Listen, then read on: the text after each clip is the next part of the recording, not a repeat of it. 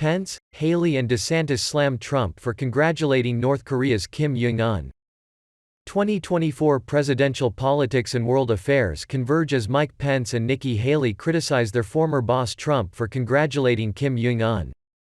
Des Moines, Iowa, two top members in former President Donald Trump's administration who are now rivals to Trump in the 2024 GOP presidential nomination race are heavily criticizing Trump for celebrating North Korea's appointment to the World Health Organization. Former Vice President Mike Pence and former South Carolina Governor Nikki Haley, who served as ambassador to the United Nations during the Trump administration, are taking aim at the former president in interviews in Iowa on Saturday with Fox News. Florida Governor Ron DeSantis also took a swipe at Trump over his comments about the North Korean dictator. Congratulations to Kim Jong-un. Trump wrote in the message on his social media platform Truth Social on Friday afternoon. "I was surprised to see that," DeSantis told Fox News Digital Saturday.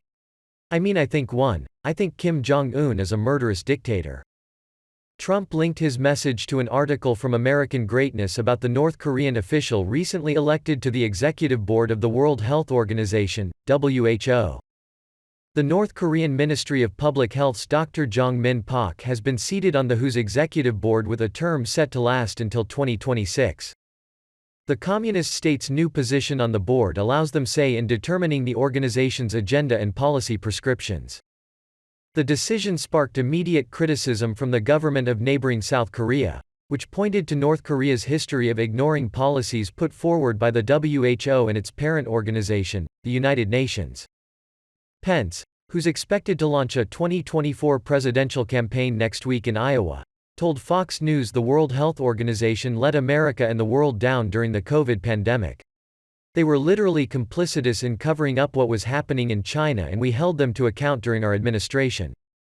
Whether it's my former running mate or anyone else, nobody should be praising the dictator in North Korea or praising the leader in Russia, who has launched an unprovoked war of aggression in Ukraine," Pence said. "This is a time when we ought to make it clear to the world that we stand for freedom and we stand with those who stand for freedom." Haley, who declared her candidacy for the White House in February, told Fox News that, "You don't congratulate a thug. I mean, let's keep in mind this. This thug has threatened America. It's threatened our allies over and over again. This is not something to play with. He's a terrible individual. He's terrible to his people. He's terrible to our allies in the world. And I don't think he deserves congratulations," Haley emphasized.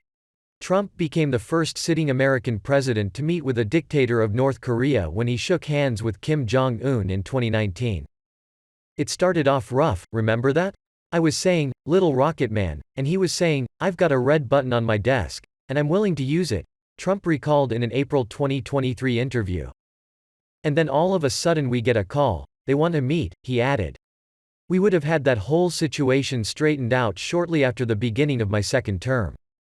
Pence and Haley spoke with Fox News on Saturday as they attended Senator Joni Ernst of Iowa's annual Roast and Ride, a motorcycle ride that benefits veterans. All of the declared presidential candidates, other than Trump, spoke at the gathering. Another Republican White House contender at the Ernst event also criticized Trump over North Korea.